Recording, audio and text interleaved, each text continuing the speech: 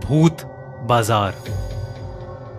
सोनू नाम का एक लड़का काम की तलाश में शहर के बड़े बाजार में आया था। बाजार कुछ साल पहले तक इससे भी बड़ा हुआ करता था, लेकिन दंगों के चलते बाजार के पास वाले कॉम्प्लेक्स को कुछ दंगाइयों ने जला दिया था। इस हादसे में कई लोग भी मारे गए और कई लोगों के तो घर भी उजड़ गए। अब उस जले हुए कॉम्प्लेक्स की बिल्डिंग, जो कि कभी एक शानदार सोसाइटी हुआ करती थी, एकदम सुनसान पड़ी रहती है। पहले तो कुछ लोगों ने सोचा कि खाली इमारत का इस्तेमाल किया जाए।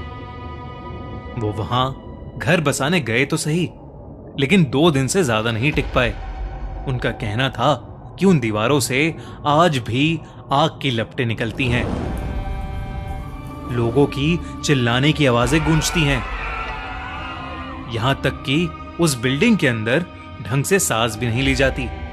इसके कारण कई लोग उस कॉम्प्लेक्स को भूत बाजार बुलाने लगे। कुछ लोगों ने तो अपना रोज का रास्ता ही बदल लिया। वो 2 चौक घूम कर आते, मगर उस जले हुए कॉम्प्लेक्स को पार नहीं करते थे। सोनू को उस कॉम्प्लेक्स के ठीक पास एक कपड़ों की दुकान में काम मिल गया था। दोपहर के समय जब धूप बढ़ जाती तो कम ही ग्राहक आते थे। एक बार श्यामल, जो कि उस कपड़ों की दुकान का मालिक था, दोपहर में बैठा अपनी दुकान में आराम कर रहा था। सोनू और वो दोनों बातचीत कर ही रहे थे कि इतने में हरी आंखों वाली खूबसूरत सी लाल साड़ी पहनी हुई एक औरत दुकान में आई और श्यामल के सामने आकर बैठ गई। सोनू को जो बात बहुत अजीब लगी वो ये थी कि उस औरत ने कुछ नहीं बोला कि उसे किस तरह के कपड़े देखने हैं, और श्यामल अपने आप ही उसे लाल साड़ियां खोलकर दिखाने लगा। सोनू से यह बात हजम नहीं हो रही थी, लेकिन फिर अचानक वो औरत खड़ी हुई और दुकान से बाहर जाने लगी। श्यामल भी बिना कुछ कहे उठकर उसके पीछे चल दिया। सोनू ने श्यामल को पीछे से कई आवाजें लगाईं, मगर उस पर कोई असर ही नहीं हो रहा था। जब सोनू की आवाज थोड़ी तेज हुई तो वो औरत पीछे पलटी और सोनू की हालत खराब हो गई। अचानक ही उसे पसीने आने लगे और वो नीचे बैठ गया। उसने उस औरत की आंखों का रंग बदलते हुए देखा था। उस औरत की हरी आंखें अचानक से नीली हो गई थीं। ये देखकर सोनू सहम गया और दुकान के अंदर ही सुन्न सा खड़ा हो गया। सोनू दुकान को अकेला नहीं छोड़ सकता था, इसलिए वो बाहर उठकर नहीं गया। थोड़ी ही देर में कई सारे लोग दुकान से आगे भागते हुए नजर आए। एक दुकानदार भागते हुए आया और उसने सोनू को बताया कि कॉम्प्लेक्स के सामने श्यामल बेहोश पड़ा मिला है। होश आने पर श्यामल को कुछ भी याद नहीं था। वो बस बार बार ये कह रहा था कि कॉम्प्लेक्स में दोबारा आग लग गई है, लेकिन वो कॉम्प्लेक्स तो आज भी वैसा ही सुनसान पड़ा था। वहां ऐसा कुछ भी नहीं था, पर सोनू का डर बढ़ने लगा था। वो चाहकर भी उन हरी आंखों वाली औरत को भूल नहीं पा रहा था।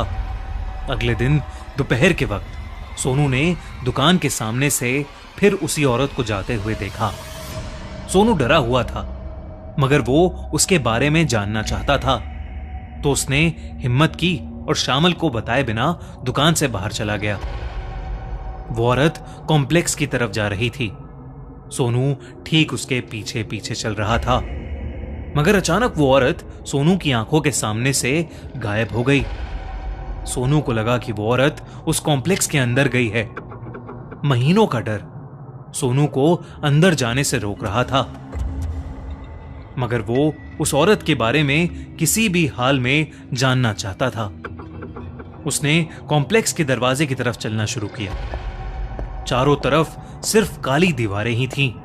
इतनी तेज धूप और रोशनी में भी वो चमक नहीं रही थी, मानो उस कॉम्प्लेक्स में एक अलग सा अंधेरा छाया हुआ था।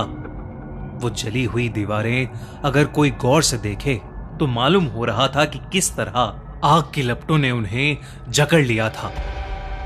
अंदर जाते वक्त सोनू को अखबारों की हेडलाइंस याद आ रही थीं। लगभग 12 परिवार वहां रहा करते थे।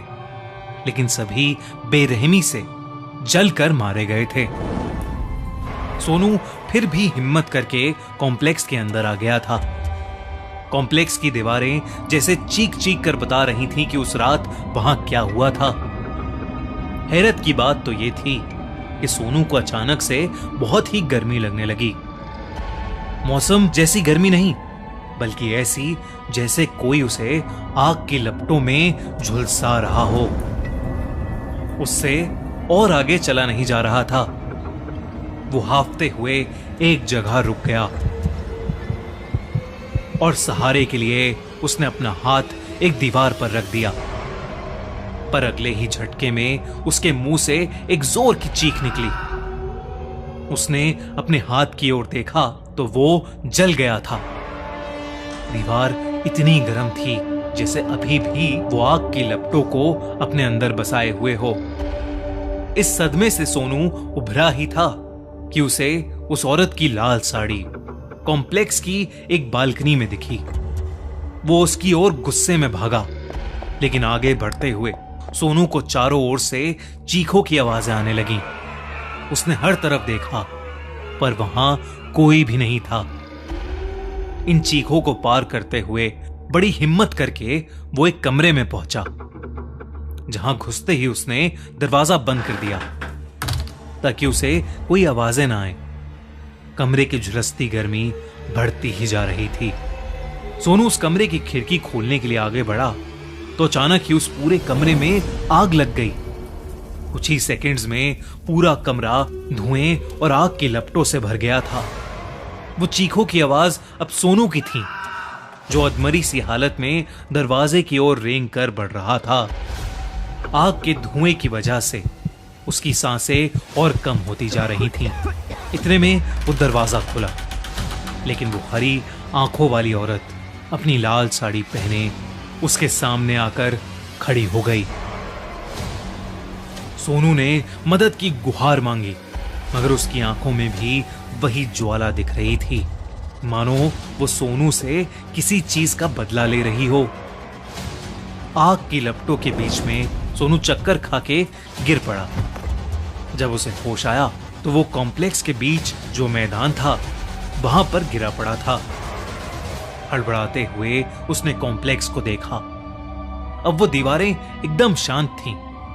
आग का कोई नामो निशान नहीं था।